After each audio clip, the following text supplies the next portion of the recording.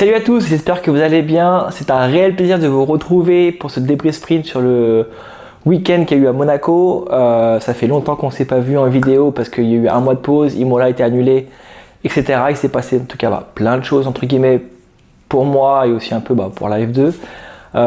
Débriefons tout de suite ce Grand Prix de Monaco.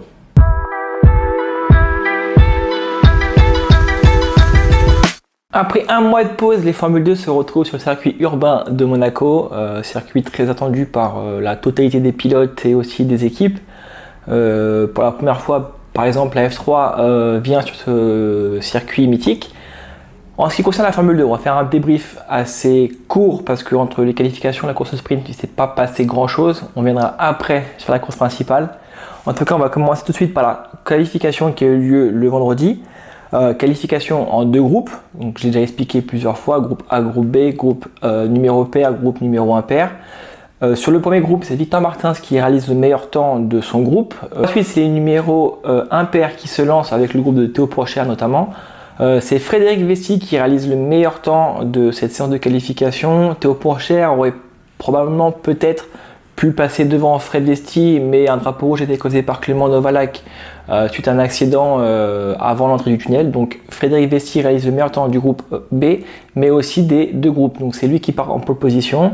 On le voit là sur la grille de départ pour la course principale notamment, que tous les numéros impairs se retrouvent donc du coup là sur le côté impair de la grille et que tous les numéros pairs se retrouvent du côté numéro pair. Donc Victor Martins qui est le numéro 6 se retrouve deuxième. Et Théo Pourchaire, qui est le numéro 5, se retrouve troisième. Alors oui, donc par exemple, on voit que Théo Pourchaire a réalisé un meilleur temps que Victor Martins, mais voilà, le règlement est comme ça. C'est Théo Pourchaire qui part troisième et Victor Martins qui part devant son coéquipier de chez Hard Grand Prix parce qu'il a fait le meilleur temps de son groupe.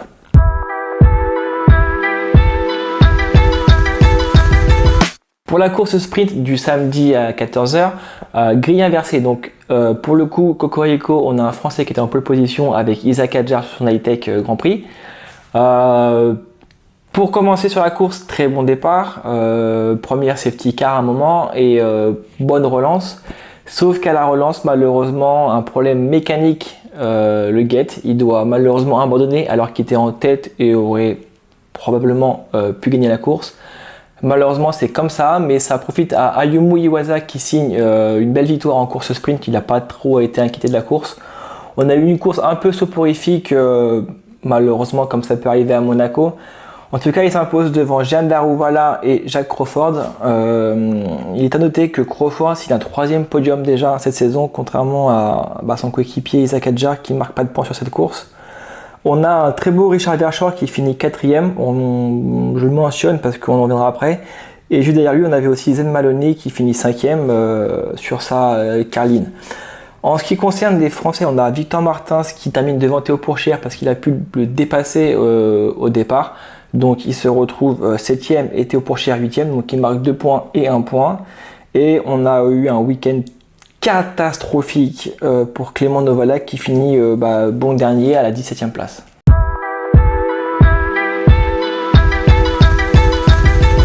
En ce qui concerne la course principale, donc on prend le classement de la qualification du vendredi.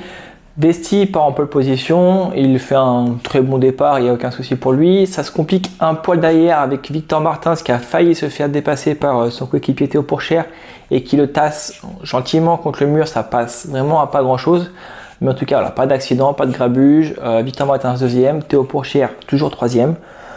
Sur la course, on a eu une sacrée course, on va pas non plus faire tour par tour et expliquer un peu tout. On viendra à la fin parce qu'il y a quand même pas mal de choses à dire. Sur le début de course, on a eu pour le coup un fait rare cette année, une casse moteur pour Enzo Fittipaldi sur sa Carline. C'est presque à la mi-course, donc on a eu une première virtual safety car. À la relance, ça se passe bien, il n'y a aucun souci, c'est une relance façon de virtual safety car, sauf qu'à un moment, Jacques Douane vient taper sa virtuosie au virage de Massenet. Il vient taper assez fort quand même, mais sa voiture prend feu et il est aussi surtout en travers de la piste.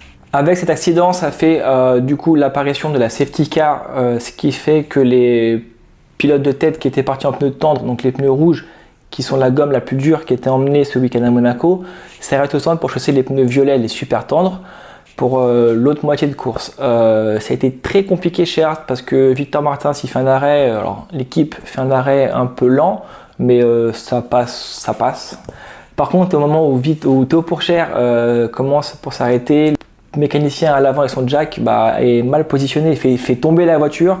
Les mécaniciens ont dû relever la voiture par les triangles de suspension, donc c'était assez limite, mais ça va, ça passe et ça passe surtout sans casse, c'est le plus important.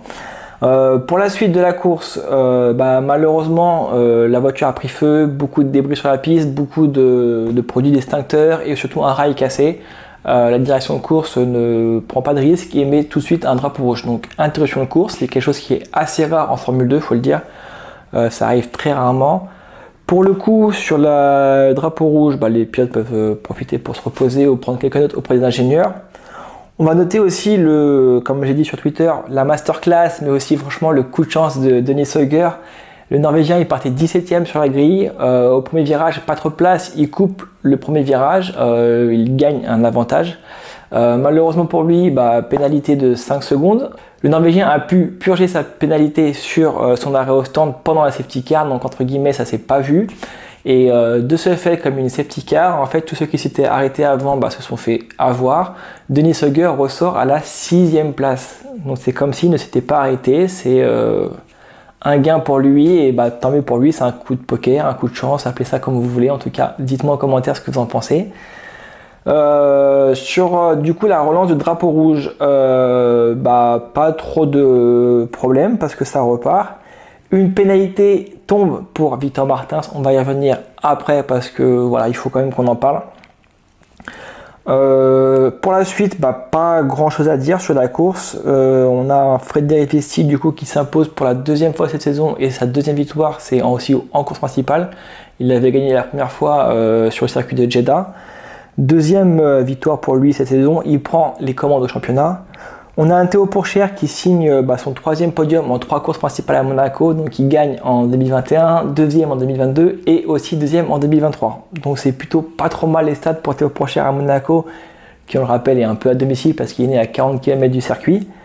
On a aussi un très bon Zen Maloney qui finit 3e, qui fait un 2e podium cette saison, 2e en course principale.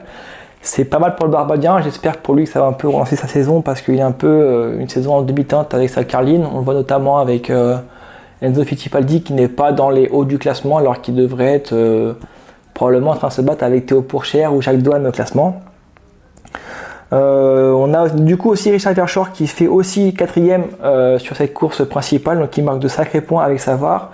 Et je le redis, on a Denis Sauger qui marque de gros points avec sa 5e place au classement de cette course.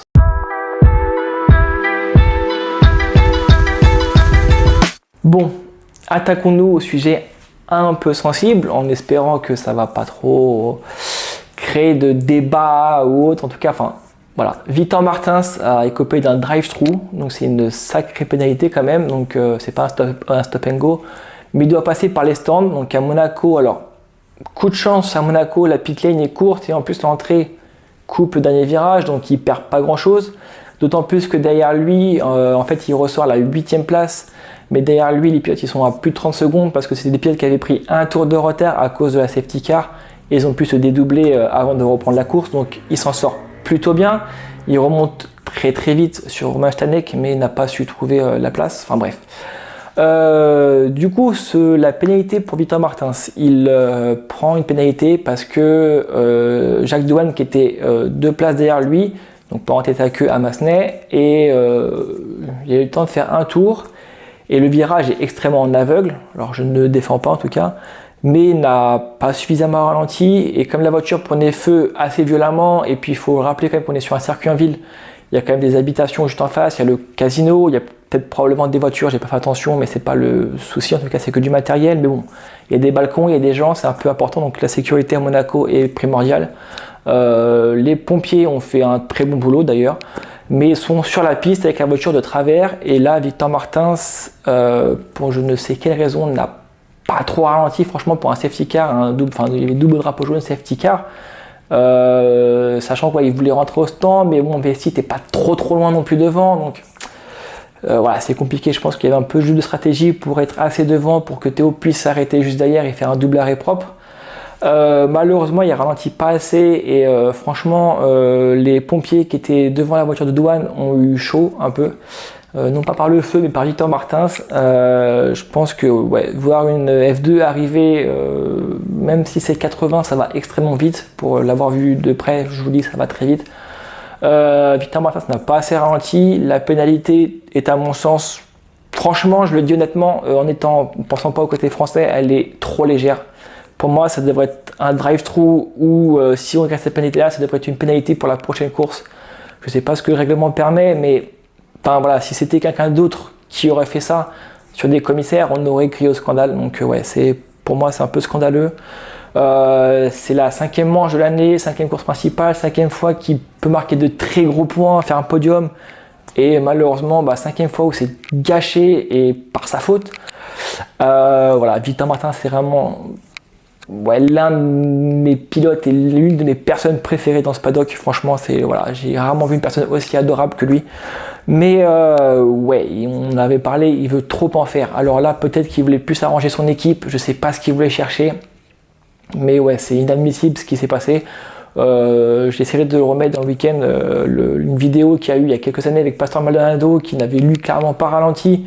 Et met les freins sur une voiture qui était en travers. Il arrive, je crois, il a percuté un commissaire.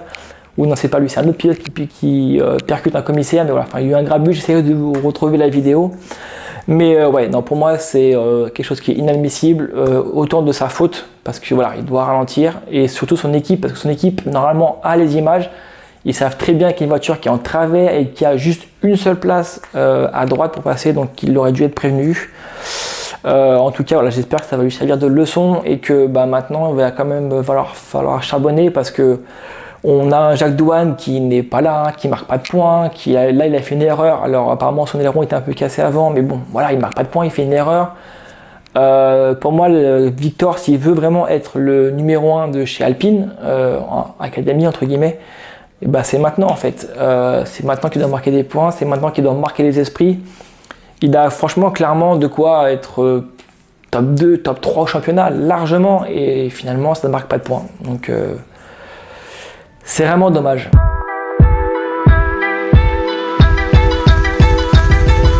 Pour ce qui est de nos deux autres Français, donc on va commencer par Isaac Hadjar.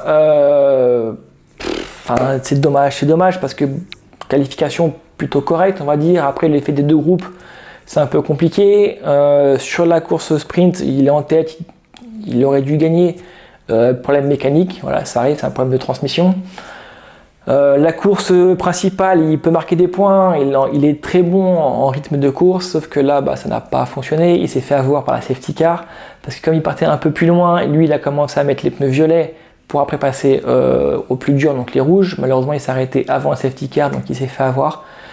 Ce week-end à Isaac, c'est un peu sa saison, c'est du très très bon, mais malheureusement, il n'y a pas de sa faute. Voilà, là, pour le coup, lui, c'est vraiment pas de sa faute. Pas de chance. Alors après, j'espère que pour son avenir, Red Bull, ils vont quand même avoir un œil là-dessus, dire oui, c'est pas de sa faute. Ou si l'an prochain, deuxième saison de Formule 2, on espère qu'il sera ailleurs que Shaitek, peut-être chez Carlin. En tout cas, faut faire attention parce que tu as un Zen Maloney en face qui, il fait un podium à Monaco. Donc on espère pour Isaac qu'il va pouvoir lui aussi un jour scorer des gros points et nous sortir un podium ou une victoire, que ce soit en course sprint ou en course principale. Après l'autre français, c'est Clément Novalak. Son week-end a été catastrophique. Franchement, là, j'aimerais pas être avec lui. Il doit être de très mauvaise humeur, mais en même temps, il y a de quoi. C'est un week-end complètement gâché, pourri à la poubelle. Franchement, c'est très mauvais. On peut pas attendre ça d'un pilote redoublant. Après, je sais que la Trident n'est pas au top. Malheureusement, cette année, il fait P7 et lui, il fait 2 fois dernier. Les pénalités, c'est tombé à tout va sur lui. C'est dommage parce que je pense que je suis l'un des seuls à le défendre, mais c'est vraiment un pilote qui a du rythme de course. Mais lui, en fait, t'as beaucoup de pilotes qui débranchent leur cerveau parce qu'il faut débrancher le cerveau pour chercher des super tours, notamment Verstappen en Formule 1. Enfin bref, lui, il débranche le cerveau, mais il réfléchit pas justement, et c'est ça qui est un peu dommage. Et je l'ai dit sur mon Twitter perso que j'avais eu une discussion avec son manager à Barcelone. Ce week-end reflète totalement la discussion que j'ai eue avec lui, donc ça reste entre nous, mais en tout cas ce qui a été dit, c'est que ça manque un peu de sérieux ou de quelque chose derrière. Mais voilà, en tout cas, ça m'embête un peu pour Clément parce que c'est l'image qui est donnée sur lui, enfin l'image qu'il donne, c'est pas l'image du pilote, en tout cas. Et ne pas confondre surtout aussi l'humain et le pilote. Mais voilà, j'espère pour lui qu'il marquera au moins un peu plus ses esprits à Barcelone le week-end prochain. Voilà, on a fait à peu près court, enfin du moins j'espère. Prochain meeting, c'est sur le circuit de Barcelone où les Formule 2 étaient en essai du coup il y a 3 semaines, où j'ai pu assister pour secteur F1. Par contre, donc j'espère que ça va aller. La météo s'annonce un peu capricieuse pour le moment, mais bon, en Catalogne ça change très vite, il y a les montagnes pas très loin. Fred Vesti prend les commandes du championnat, Théo Pourchaire second. Voilà, je pense que la saison est enfin lancée, on peut voir un peu plus les niveaux de chacun. J'espère que voilà, Théo Pourchaire va scorer de très gros points et comme l'a dit par exemple Brice Germain chez les Pistonnets, il a dit que Vesti était l'un des principaux concurrents de Théo Pourchaire et bah, il a totalement raison et ça fait du bien de voir un Fred Vesti comme ça et surtout, je le répète depuis l'an passé, mais en tout cas un Fred Vesti qui va bien, c'est un Fred Vesti très dangereux, donc attention à lui, attention à Prema qui est très fort. Donc j'espère pour Théo et puis que pour Victor, la roue va tourner pour Victor et que ça va continuer comme ça pour Théo Pourchaire. En tout cas, merci beaucoup. Voilà, je n'ai pas pu m'exprimer en vidéo. Voilà, j'ai fait un passage chez les Pistonnets qui pour moi était clairement un rêve, voilà, un objectif que je m'étais fixé en secret. Mais voilà, ça me fait plaisir. J'espère que voilà, ça vous a plu. Si vous n'avez pas vu la vidéo, je mettrai le lien en description. Merci beaucoup pour tout. Je vous laisse me dire en commentaire ce que vous voulez voir aussi sur la chaîne parce que je vais essayer de commencer à traiter d'autres sujets. Je pense que vers la mi-saison par exemple, je vais commencer par une vidéo, on va parler des rookies parce qu'ils m'impressionnent un petit peu quand même cette saison. Sur secteur F1, il va y avoir 2 articles importants qui vont sortir. Le premier normalement semaine prochaine sur les boutons du volant du Formule 2. Donc j'étais avec Théo Pourchaire à Barcelone, il m'a expliqué tous les boutons de son volant.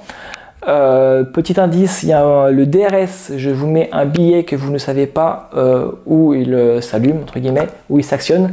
Je ne le savais pas non plus. Donc dites-moi en commentaire si vous avez des idées de savoir où peut se trouver l'actionnement du DRS. En tout cas, voilà, ce serait sympa de voir si quelqu'un le trouve ou si quelqu'un le sait. En tout cas, voilà, et probablement la semaine après Barcelone, une interview de Stéphane Guérin qu'on a beaucoup vu, beaucoup entendu parler ce week-end, notamment parce que c'est les personnes chez Mercedes qui s'occupent des pilotes monoplace pour le recrutement, donc qui travaillent avec Jérôme D'Ambrosio qui est au-dessus.